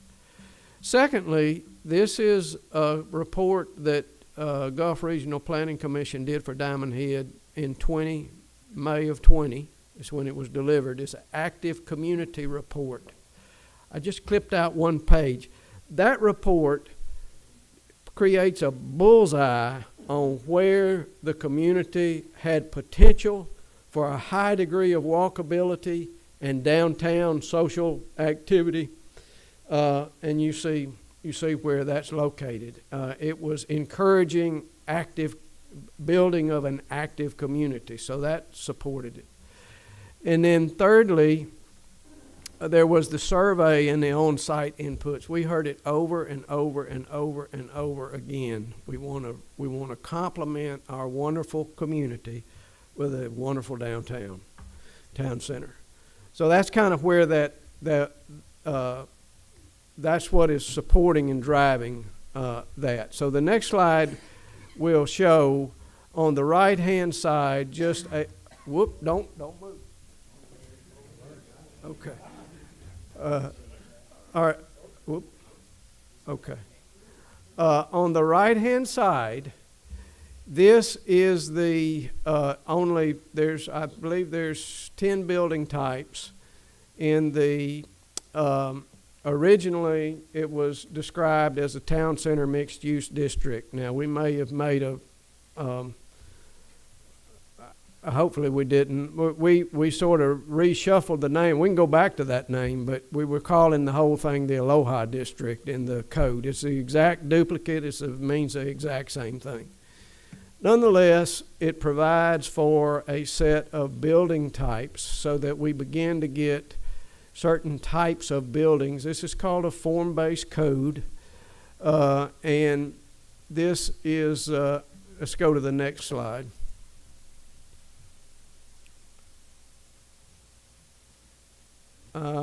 Go backwards. I'll come to it in a minute. Oh, there it is. All right, so this is some of the existing commercial strip center here. This is some of the existing suburban stuff here. And then these other areas are zoned to establish the mixed-use developments. And then the yellow is for residential developments here, and this is called a waterfront area here. You'll want to we're not asking for action. You'll want to take a careful look at it. We may need to adjust some of the lines. We understand that. It's for your review, but it is intended to go backwards and go backwards. It is intended, and it will produce buildings that do establish a downtown Diamond Head in accordance with Envision 2040 once adopted and implemented. All right, I said I was almost through. I promise I am. Parking, right-sizing parking, we've already kind of discussed this. Right-sizing the parking ratios, I'm just showing you an example. You'll see this when you look at the draft code where we've adjusted those. Accommodation of bike parking, accommodation of golf cart parking, and then the parking lot designs themselves are addressed in the code. And the next one, this is the next to the last slide. Hold the applause. The design standards, I've already mentioned that. We have them suggested in the code as an administrative function with appeals to the Planning Commission. PC review would be an alternative method. And then we expanded the use conditions. I've already mentioned that, and they are administered by staff as well. Okay, next steps. So you have the draft code. We're in a comment period. We're not asking for action on it yet. we have to, oh, we need to get those comments out. Did you bring that? We have them. We have them. Those are the comments that we have received, and they're much appreciated. I know that there is a lot there. The code you have now is a lot. So we will address those comments, and there are some informal comments in the side, just so the people that commented knew we saw them.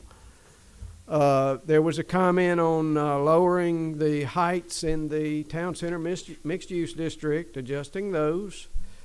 That perhaps they were too high for building heights. We had another comment that's not reflected there because it came into me verbally today. Lower the heights north of Park 10, but allow the higher buildings on the interstate side. And then all the other comments there, they go back several months.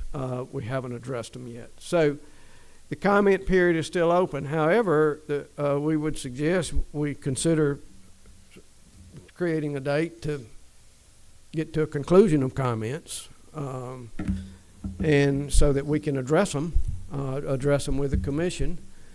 Let us make our final revisions, and then present it back to the commission for your recommendation to the council at the appropriate time. Now, I always say, when I was younger, I was hesitant to say it, but I'm not younger as I once was, young as I once was, and I'm less hesitant to say it. No plan is perfect, nor is there a perfect zoning code. We want to get it as right as we can get it. But it needs to be adjusted. We should not hang with something. So over time, my point is, after your review after a year, there will be some adjustments that'll come down the pike that'll need to be made. That's the way it will be. So I've got Q&A up there. My last slide went away. No, it's okay. So comments, questions now. Here for you, Madam Chair. So commissioners, do we have any questions for Mr. Barber at this time before we open it up for public comment? I just was wondering, where as parking is concerned, Yes, ma'am. it seems like there's a lot of accidents with big trucks that have the long trucks and cars, like in most parking centers and shopping centers. Is there any way to address that? Would you be referencing moving trucks or trucks as they move, or Delivery trucks. delivery, loading Are you issues? talking about like, No, I'm sorry. When they're pulling out of parking spaces, essentially, because a lot of them are much longer than they so I used to be. think she's talking about compact vehicles versus Yes. So larger farm trucks. it's interesting that you raised that.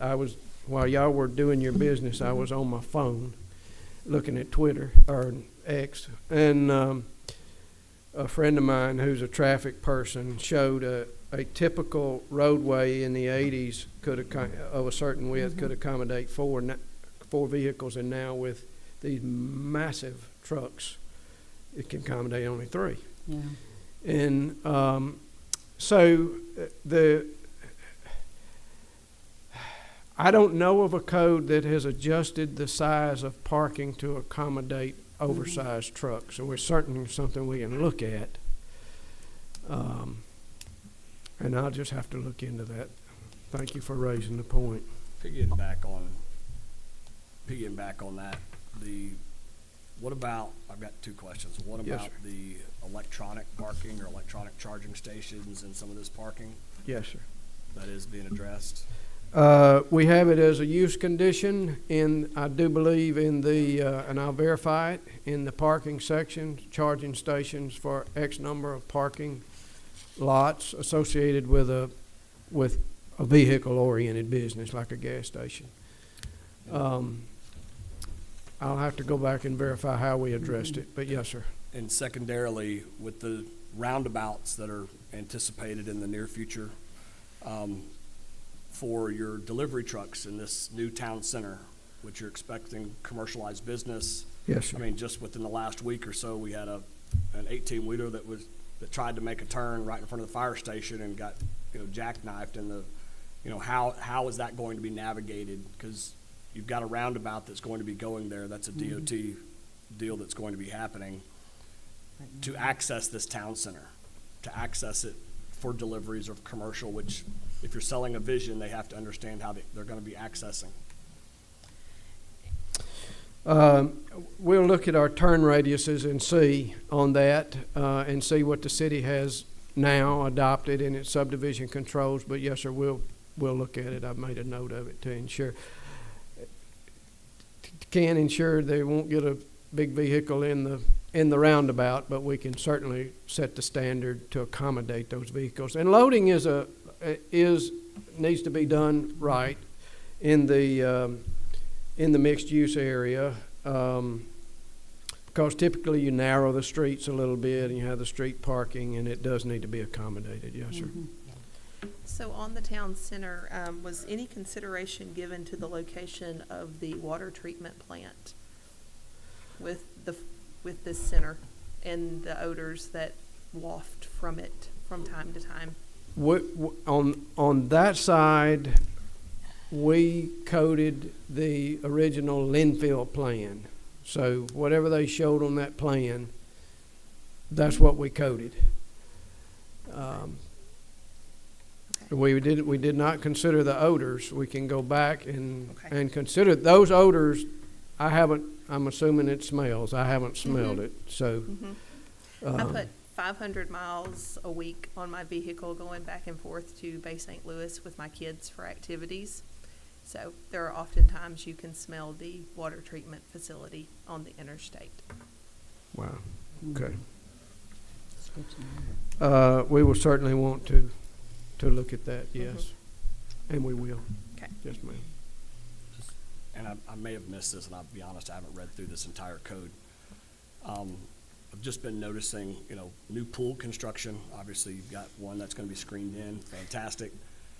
Are we addressing any in the code as far as, are we using the universal code? Are we looking at Florida's code, which is one of the strongest codes for pools? How are we addressing that? And the reason I bring this up specifically is, one, I've noticed recently existing pools, now they may be grandfathered, with no fencing around them in backyards where people can access, and additional pools that are being constructed that have a fence that is not much more than hip high from a liability standpoint. We have rolled over your existing pool standards into this code, so it'll be a use condition. The pool will be an accessory use to a dwelling, and then it'll have a use condition for the pool, for the setbacks and the fence heights and so forth. We'll have to go back and look and see exactly how it is addressed, but it's addressed. However you're doing it now, it was rolled over into this new code. If it needs to be strengthened, we can take a look at that. But the building code will always require a fence, and maybe some of those are grandfathered in. I don't know. Or I mean, one of them was just built. Doesn't the building code require a fence around the pool? Always. Yeah. But what's the height requirement? I mean, again, I don't want to get into the weeds. 4 feet, isn't it? 4 feet, I believe is the height requirement. With the self-locking gates, yeah. Okay. Yeah, so it's 4 feet, and I believe that's what the international code calls for too. I thought The they building amended code. that to 5 feet. Only we construct a Any lot more of pools. That's why questions? I thought that had been Okay. amended. I'll check in to see if Commissioner they Harwood. increase that to 5 feet, but In your Yes, ma'am. go ahead, excuse me. in your slide where you had the point about how we're going to grow Diamond Head and that step, and you talked about having that the mixed use areas very aesthetically pleasing was very important to Diamond Head. And then in our plan right now, you suggest that staff enforces that unless I don't think our staff is large enough here to enforce that. Do y'all? I believe it's something that needs to be taken into consideration. Yeah. Yeah. Yeah. So I think an architectural review board would help relieve some of that, right? Well, a review board would be volunteers, citizens. You have to have somebody control. Right. Probably. Mm-hmm. But it would, you know, since our staff isn't large enough to make sure that those aesthetically pleasing things that we really want, I think it's really important to the citizens, right? Because right now, we, you know, have seen that we don't have enough staff. They're just not, it's just not a large enough staff. Well, I think one of the issues we have right now is we don't have the standards in place. They don't have a lot of, they can't tell them, I disagree with the aesthetics here because the code says you can't do this, so therefore, you know, so I think what Bob's trying to do is we've built in those aesthetics, there's color palettes, there's things like that that are actually in the code, and so I don't know that that creates any additional burden, and Bo can speak to this as the building official, but I don't know that that creates an additional burden on them. It just gives them, I mean, they've got to check off and say, okay, your building's hot pink, that's not approved. He can do that at his level. If we do it, I think what Bob's recommended when we've talked in the past, if we want to do it, rather than setting up another committee, another layer of, because that's going to require the staff to get ready for those meetings, you know, do all that. If we do it, have it planning and zoning be that committee. So I think that may be the compromise instead of, don't have just staff review, but don't set up a whole nother committee and a whole nother level of bureaucracy, and maybe have you all be that committee. So right now, when we look at plans, you know, do we see color renderings and we just see? We might, but again, we don't So have we're anything go- in our ordinance that says you can't Okay. have an orange building. So we need to. But the new code will. Yeah. We The we new need code will. we need what the rules and regulations are so that we can enforce them. Yeah. We need the code rewrite to be Yeah. approved That's so correct. that we can move That- forward. So we need to move forward with that. And then once you have standards in place, I feel that we could enforce it. But if the commission does not feel Okay. comfortable with that, then I would suggest as a compromise, instead of setting up a whole new process, and which would actually create more work on the staff, that we incorporate it with the planning and zoning. Can I- Okay. can I Yeah, say- So would it be best to go ahead and set a date to start closing on this process? Oh, we see you bringing us to the close here, right? Well, I mean, yeah, we can at least get some things in Yes. place, Okay, here, right, to start a process. all right, here's where we stand with it right now. And we've discussed this. We wanted to, because we have new members everywhere. We have one sitting council person that was involved in this process. We have 3 on the planning commission that were involved. That means the majority of both decision-making bodies, or recommending body and decision-making body, were not involved in this process at this level, okay? So this process, what Bob has done today, is to bring you a little more comfort with this, a little more explanation with it, what we're going into, ability to ask questions, as well as the residents, for them to do that. Provided on the YouTube channel, so people can go back and look at this and refer to it. I'm gonna put Bob on the spot right now and ask him if he would provide me with his PowerPoint presentation that I could post on the website, that as they're viewing it in YouTube, they could be looking at the PowerPoint of the points you were talking about. So those are the types of things that we're doing that. So our proposal, long story short, our proposal is that we're going to leave the code rewrite on the website for 30 more days. And at our next Planning and Zoning Commission meeting in February, we will bring it back up And if there's no significant changes requested or required, that we will vote on that. If there are significant changes requested or required, then we would leave it there for 30 more days for y'all to feel comfortable with it and feel certain in what you want to, how you want to vote on it. And also to provide feedback to us to say, we're not comfortable with this, et cetera. And then vote on it at the latest in our March meeting. So those are the timelines that we set, Bob. So, if I may, we'll need, from the time comments are closed, we'll need a little margin to update the document, so Okay. don't get, your All right. second date is better. Yeah, so the March may be what we're Yeah. looking at. If we close comments in 30 days, that's February planning and zoning, and then maybe leave it to March. All right. And then that begs the question too, which is gonna be really where the rubber meets the road with this change, which is a drastic change in the way we do it currently. Right now, we really focus more on what the use is.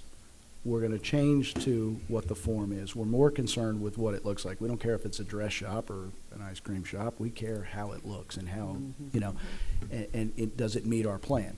So for those of you there, I still hear people out there saying, no, we're gonna be governing uses. There's gonna be a lot less of that. We're changing to a form-based zoning code. We're trying to get into the 21st century there.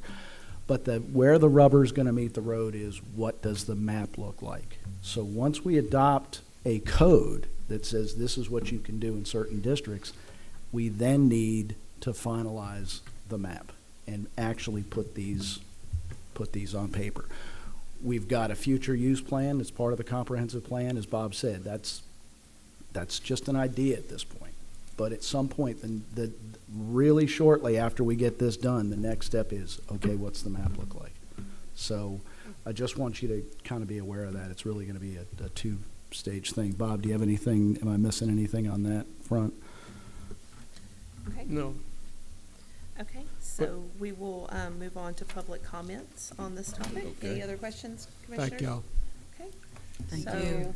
Thank you. Okay. So if you have not signed up with Mr. Rich to We never- don't, no. No, okay. We'll just kind of Okay. get them as they come along. First, we'll start Okay. with the people that signed up, all right. okay? And then we'll kind of move through the crowd here, so. So we are going to limit people to so 3 minutes. First, we're going to get the people who signed up Yes. to talk first, okay, if you will. So, first we have Cynthia. Oh, I'm sorry. Paul, I'll let you right after Cynthia. Cynthia? Yes. Right, a non-agenda item, yes. Oh, okay, you don't want to speak about this, you want to speak about something else, that's fine, that's great. Paul, did you want to speak about this? Okay. Okay. Paul Brown, 5412 Lakeview Court. I think we're going to need to have some more meetings. This is a lot. This is going to be a big undertaking. And there's going to be quite a few people that are going to have to be involved with this. You're going to need another committee, or you're going to need some people from the community getting involved and coming to you all and express opinions. Because a lot of people can't attend. There's elderly people, and this business with the emails and is not going to get to everyone. So we're going to need some committee together. We're going to have to get some people together that's got some background and understanding zoning and all to make this fit. That's all I have to say. Okay, thank you. All right. Don, did you want to speak now?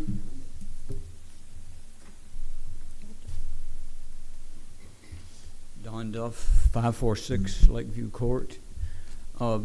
We've just been through a situation where a piece of property adjacent to a lot of the residents was going to be rezoned to town center mixed use, which actually I guess would have been Aloha Center mixed use. And the residents clearly said that that's not what they want. And then the The city council agreed with us and voted it down.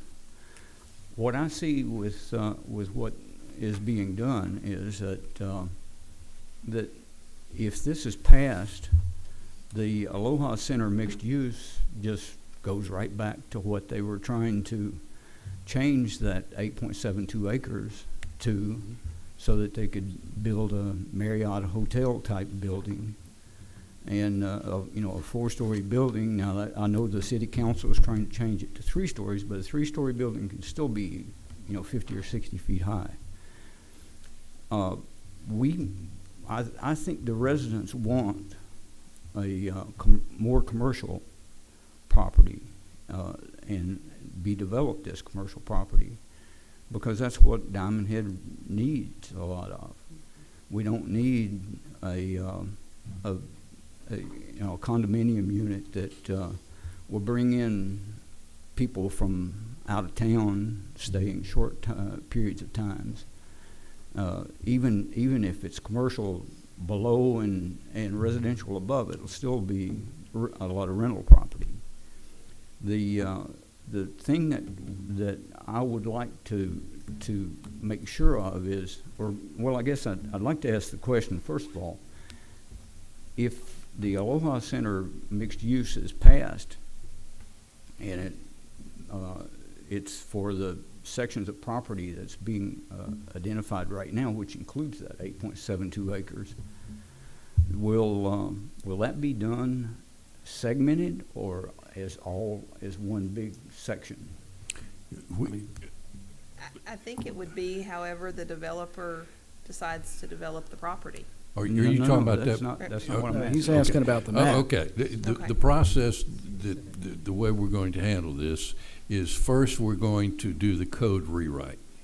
All right? Take the existing code that's in there, rewrite that code, and massage the mixed use if we're going to do that, if that's what the comments are, et cetera. So you'll have an ability to comment on mixed use. Okay? If you say mixed use shouldn't have these things in it, whatever it calls for, you would have an ability to comment on that, request that. That's the first phase. Then once we have the code and the what mixed use or waterfront, or define what the form and the size, et cetera, that's going to be in that area, then we go and put it on a map somewhere. Now, it hasn't been put on a map yet, okay? There is a proposed map that we came up with that, based on conversations that we had and talks, but it hasn't been finalized yet. And it will be a different process. It will be a rezoning.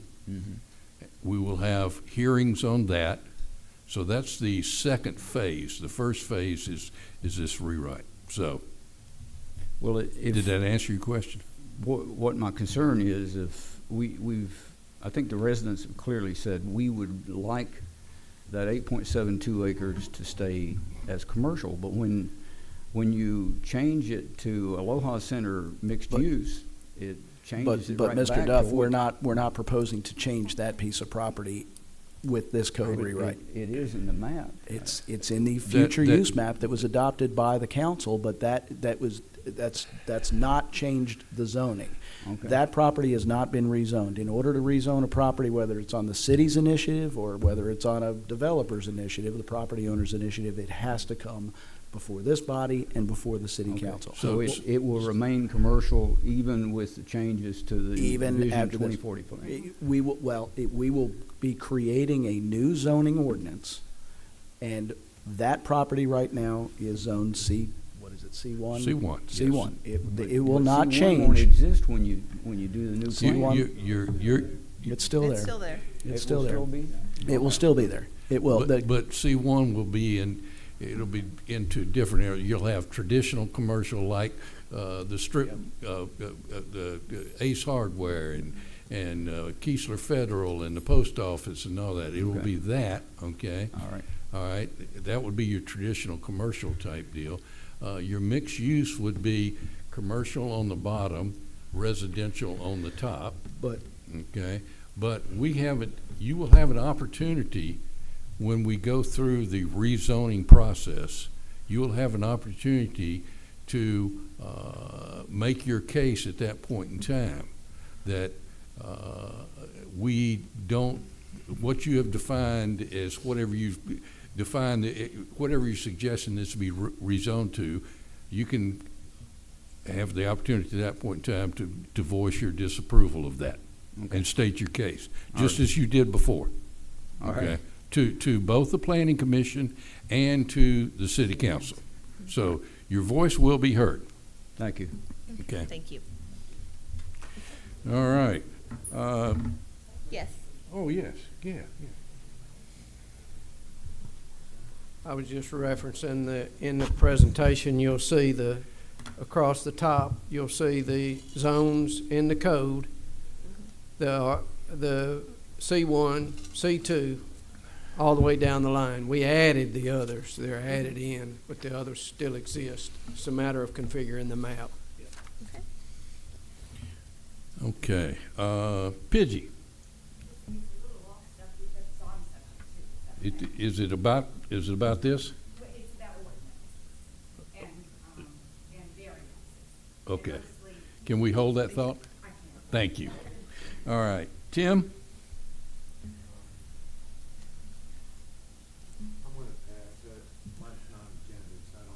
It's not on this, so you'll speak later. Okay. All right, Cynthia. Okay, now we'll open it up to who wants to speak on the floor, and we're going to kind of start from this way and go that way. Yes, sir. If you come up, state your name and address, please. Okay, my name is Gary Parnagoni. Address is 8574 Laylaw Way. My question is, I couldn't see anything up there during this whole presentation. And where is this interactive website? How can we find it? And are we able to comment on it, as he said? Absolutely. Okay. That is on the city's website, which is www.diamondhead.ms.gov. Okay. And on there, you'll come up to the main page, and at the top of the main page, you've got departments, and you've got a couple of 2 or 3 things. But anyway, click on departments, then you click on planning and zoning, and then it will take you to the planning and zoning page. And then on the right-hand side of that, it will have the code rewrite revised as of today's date or something like that. Yes. And then you open that up, and then you have the ability to read through what the code writer is. And on the right-hand side of that, if you see something that you don't that you question, that doesn't make sense to you, or you say, no, it shouldn't be this way, it should be that way, or contradicting or whatever, you can make your comments in that section, and then it comes back to us, and then we respond back to you. And if anybody can't find it on the website, call City Hall, talk to Pat, he'll walk you through it. He loved that. I was actually going to ask, as important as this is, should there not just be a link on the main page? Yes, that's what I was saying. That's a complicated We'll map get you to there. follow. We'll make sure that we get you there. I'm not the website administrator, so we'll work in that We'll direction. get you there. Could you go through that one more time, because that was a little complicated? It's Diamond Head. Diamond Head. Departments, planning and zoning. Okay. Head, If you departments, just planning and zoning, if you just okay. Google City of Diamond Head, Yeah. it will I can get give on you the its web. web It's page. the first web page you get Okay. when you just Right. type in City of Diamond Head. All right. And if you have trouble navigating it, seriously, call City Hall. Okay. They'll help you. There are Wanna give hard us- copies at City Tammy will Hall take for care of it inspection. for you. Okay. You want to give us your phone number? You can? Okay, now, I Okay. think you're talking about Envision, okay? You're talking about it, you're not talking about the code rewrite that we're talking about here. So, I'll go ahead and answer that question, Paul. In order for you, if you can't blow them up, all you gotta do is come up to the city and we'll print you out an enlarged copy of it, okay? Can we give copies to people, Pat? We can have it here for public inspection. If somebody wants it, they'd have to pay for it if you want to take a copy with you. But we will have copies here for public inspection. Yes, thank you. Okay. Sure. Anybody that wants a copy of a document has to pay for it. So, but there's copies that are at the tables here at the conference table. Somebody can come and sit and look at it for as long as they want if they don't want to pay for a copy. Okay, thank you. All right, thank you. All right, next. Yes, ma'am.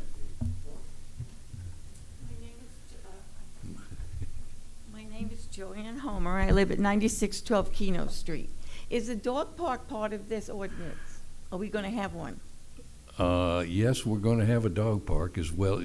That's not really under my purview, but yes, we are working on having a dog park, yes. Okay, good. That's Okay. all I want to know. Okay, but that would be part of the zoning, would be the area for the dog park, so, Okay, that's what I wanted to know. yes, ma'am. Okay, thank you.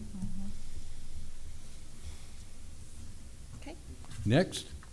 May I speak from here? Uh, I think everybody can hear me. Well, but the people on the people at home People on the cannot hear. internet Yeah. can't. And we want everybody on the internets to hear you, sir. We want everybody. I'm Harold Manning, 89364 Diamond Head Drive East. First of all, I want to thank you for all the work that you've done and all the work that the city has done, because I served on city board in Indianola for 10 years, and I know that it takes a lot of work. Okay? And I thank you. The other thing I want to say is that I was told once that it is better for everyone to think you're a fool than to open your mouth and remove all doubt. Well, I'm fixing to remove all doubt. Everything that has been said is great. And the codes, in all likelihood, does need to be restructured. And the future certainly needs to be looked into. But it's not worth a tinker's diddly if the code is not enforced. If the code is not enforced. I looked up, I know you're going to deal with the tree ordinance later on. I looked up and it said that clear cutting of property is forbidden. Okay? And yet there's an area of property that was developed off Diamond Head Drive North that was clear cutted. And it says that in that ordinance that protected trees such as live oaks and magnolias cannot be cut. And I would be willing to bet, if I weren't a preacher, that there were live oaks and magnolia trees in that area. The code is not worth diddly if it is not enforced. There is part of the code that says that gas tanks are supposed to be either in an enclosure or buried in the ground. Yet right across from the clubhouse, there is a house with a large gas tank sitting above ground, and it's been there for years. The code is not worth anything if it is not enforced. Thank you. Thank you for that. Thank you, Harold. Anyone else? On the zoning rewrite. Yes. Yes. Yes. Anyone else on the zoning rewrite? Going once, twice? All right, now for, no, I don't. No, not, oh, okay, wait a minute. I'm supposed to be following. I mean, we follow the rules here, Pat. That's right, okay. Okay, back to you. Okay. Okay, the next unfinished business item on the agenda is the tree ordinance rewrite introduction. Would that be you, Mr. Rich? That would be me, and I'm gonna give all the credit and the blame to Derek on this. No, we looked at this, as you all know, the council sent the tree ordinance back to us for a rewrite on it, and they wanted improvements on it. So we have undertaken that, added some stuff. I've given you a copy of it. Tomorrow morning, it will go on the website at diamondhead.ms.gov. It will go on the website. It'll be under planning and zoning, and it will be the proposed tree ordinance.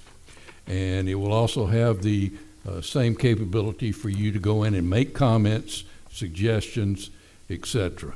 And we will review that for the next 30 days and take it up again at next meeting. So we'll go through that same process there.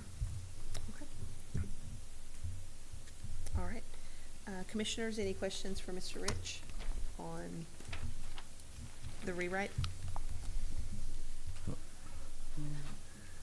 The tree ordinance. The tree I'm sorry, the tree ordinance. Tree ordinance. Yes. Yes. Yeah, I gave you a copy in advance so that you'll have the full 30 days to review it there. Okay. And it is on the website also. Okay. Pat, for those of us that may not know all these trees specifically. Yes? Are there pictures of these trees associated with this ordinance for people when they're viewing them? You know,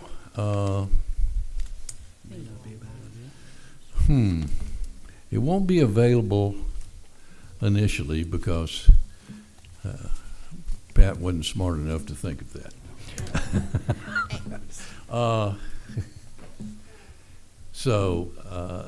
But that's something that I will work on and Just try thinking to maybe a good idea with visibility to. No, and I agree, because that's one of the things we're doing with the rewrite. We're including pictures in that, so why didn't we include pictures there? So I haven't really transitioned to the new mode, all right? Forgive me, but we'll correct it as soon as possible. Thank you. Yeah, Chris. I have a question when it's my turn, Go ahead. because I haven't read this yet. So I guess my biggest question, it's probably in the zoning or somewhere in my papers. And I should have put it on my comments to see it.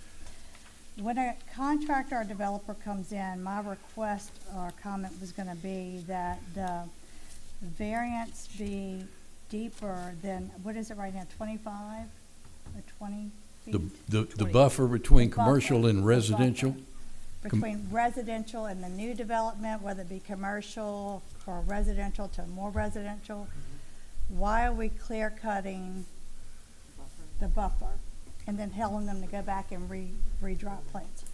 So could there be something somewhere in wherever it goes, that it's deeper, like why, first of all, and then why are we allowing them to clear cut it, like, and all this? You know what I'm saying? Yeah, and I think that's something that we can add to the zoning Are ordinance. we gonna Matt. add that to the zoning? And then my other question is, I guess goes back to the tree, does that go into the tree ordinance? I mean, where does that go?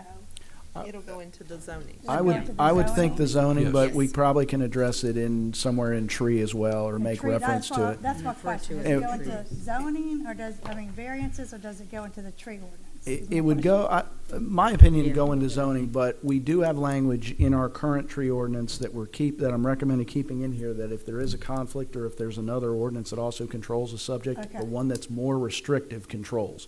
So if we do have a 25-foot buffer, for example, between residential and commercial, that we put into this new zoning ordinance, that would apply. Okay. And so, in addition to whatever we do tree ordinance-wise. Okay. So, So good whether it comment, be though. residential to residential, or Yep. residential to Good commercial? comment. Okay. Okay. Is there anyone that signed up for comments on the? Oh, I'm sorry. Yes. Yes.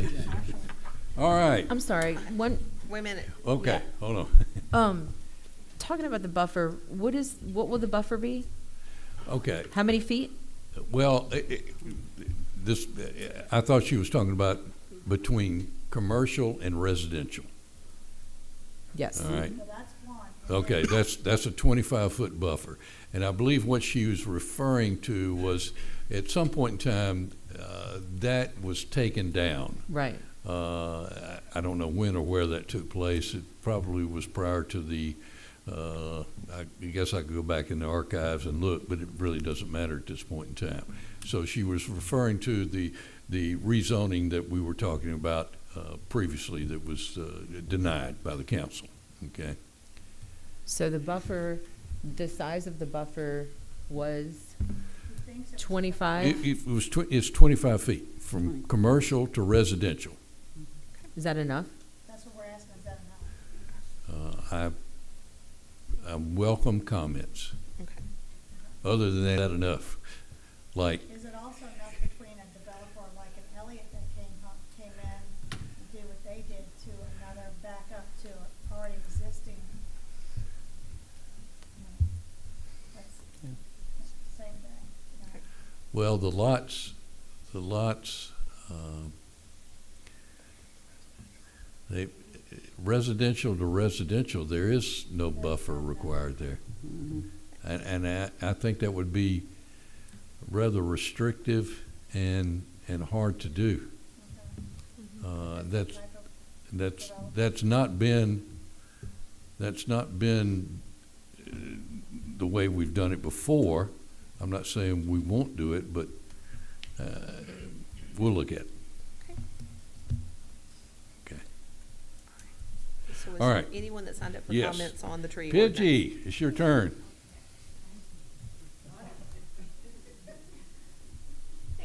You will. My name is Pidgey White, and I live at 6522 Mauna Loa Drive. And I've got to tell y'all, I appreciate everything you're doing. It's a big job. I mean, from the time you're talking to an individual concerned citizen like the lady that was here and had to talk about every aspect, and then you're talking about the future, and that's just huge. Well, I'm kind of in between. I feel like I'm representing the trees, and I there's no way I could have done any better than him. You brought it to life, because I think, and Bob, what you said that when and I was at all those meetings, in every single meeting, and it was all about preserving the natural environment, and environmental sensitive and aesthetically pleasing. And the whole thing was revolved around that. And then all of a sudden we get Elliott Homes in here, and it just clear cut everything. It's ugly. He has, and I'm gonna shoot straight with y'all, because I'm old and I can do that. And I can't remember that I've already done it, okay? He has no respect for our community. You can go down Diamond Head Lakes, you can go into the potholes, you can go into that big bump, you can look around, you can see all the porta potties, he has no respect for us. Our local builders are wonderful. They're very respectful. They care about they're concerned about what happens and how we develop. It's all called progress, but those of us who love Diamond Head and love preserving what we came here for, we're unique. We were off of I-10. We were buried into the trees and the natural beauty. And that is dissolving quickly. I mean, when you look at Taco Bell, you look at the dollar stores, you look at all the problems that we're having with infrastructure, with drainage. We've got to preserve what we have. Another concern that I have, and it's evolved in the past couple of months, is the noise factor. Have y'all noticed it? You can go on your daily walks and all you hear are the trees on I-10. I mean, I don't know what we can do about that. I don't know if it happens with the city or with the federal or whatever it is. But it's used to be you could sit in your backyard and really enjoy nature. All you hear now is the trees. And if that gets worse, we're really losing our community. I don't know, have y'all ever experienced that? Try it. Go walk in at 6 o'clock in the morning, and all you hear is trees. Sit in your backyard. At 10 o'clock at night, you hear the trucks on the highway. And what causes that, Pat? I mean, is that because they're clearing to have the exit? Or I understand we're supposed to get a buffer within 3 years? But what are we going to do? I wouldn't put it, as most folks can tell you, we're dealing with MDOT, so I'm not going to put a timeline on it, but there is a plan. They will be widening I-10. But in addition to that, they will be putting a buffer wall up that hopefully will resolve a lot of those issues for us. Well, but what can we do about that now? Because it's happening. I mean, it's I don't very know. destructive. I don't know what else other options the city would have. Yeah. I mean, they're in the process of they're going to be widening it, but they are building that sound barrier. Yeah. And I just want to let you know that is in the works. I don't know. I don't have a timeline. Would y'all pay attention to that? Because it's really gotten to be serious, and I think it's really going to destroy something beautiful that we have. I won't take any other time other than the word enforcement. You know, we've got we have a tree ordinance. We've had it for a long time. Somebody was telling other people, all somebody has to go is have a clipboard, go stand out with Elliot, go over the tree ordinance, say, do you understand? Yes, I understand. We're signing the same thing. Instead of going in the oops factor. Oops, I didn't tell my driver that he couldn't cut down all the trees. You know, we got to do something about it. And thank you for listening to me. I'm sorry if I complained too much. Thank you. You didn't have to introduce yourself. We know who you are. Thank you. Tim? You ready? Is this on the? Non-agenda. Okay. You asked me already in the past, but I changed my mind. Okay. I want to talk about the trees. State your name real quick and your address. Sorry. Tim Sterling, 5411 Diamond Head Drive East. All right. Being that we're on a tree ordinance, I just have a quick question. That concerns just clear cutting, like large lots and stuff like that, right? Because reason why, like if you have a live oak in your backyard and you have a large limb maybe going over your roof and you want to trim it up, maybe even take the whole tree away. Mm-hmm. But you know you're not supposed to kill a live oak. Well, there is a process where you can get, and we're requiring that now, is that in order to cut down one of the protected trees, which are live oaks or southern magnolias, you must get a ISA certified arborist to make the recommendation that it be cut down. They come out and they examine the tree. They discuss with you the options that if you want to prune the tree, the proper pruning technique. If it's a soil compaction problem, what would remedy that? But if there is no solution, then the arborist will recommend that the tree is diseased or cannot survive in this environment. But if you don't want the limb, like a large limb going over like maybe your bedroom. We also have. And if we have a storm. And yes, you can do the same thing for that. A I mean, large limb over your roof. Now, could- we also have the process, we also have the process of if your insurance company says, in order for us to renew your insurance, you're going to have to cut this limb. Exactly. Then we're not going to get in the way of that. Yes, come out and cut it. Have it Okay. cut. But get a permit and bring the letter from the insurance company that requires it, and get the permit, and you can have it cut down. Okay. All right, just one more quick question. All this information about rezoning and everything, I guess in the future, if there's, some plans for growth, like he said, I'm concerned about the infrastructure, like the drainage and the plumbing, like tying, with new buildings, new structures tying into our water systems and, the drainage. There's been a lot of problems recently with flooding and some of the residents. I just think maybe somebody should look at that, that's all. I don't know if that's involved in zoning, but, you're just making codes and zoning, but when you start adding new structures, we gotta have, new pipes and stuff probably.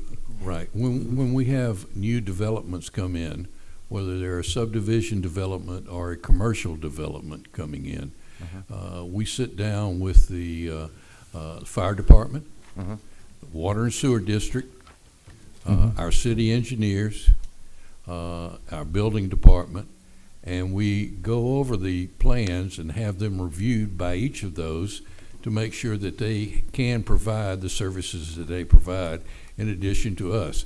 And drainage is one of the things that our engineers look at, and look at it very closely. So that process does take place. Okay.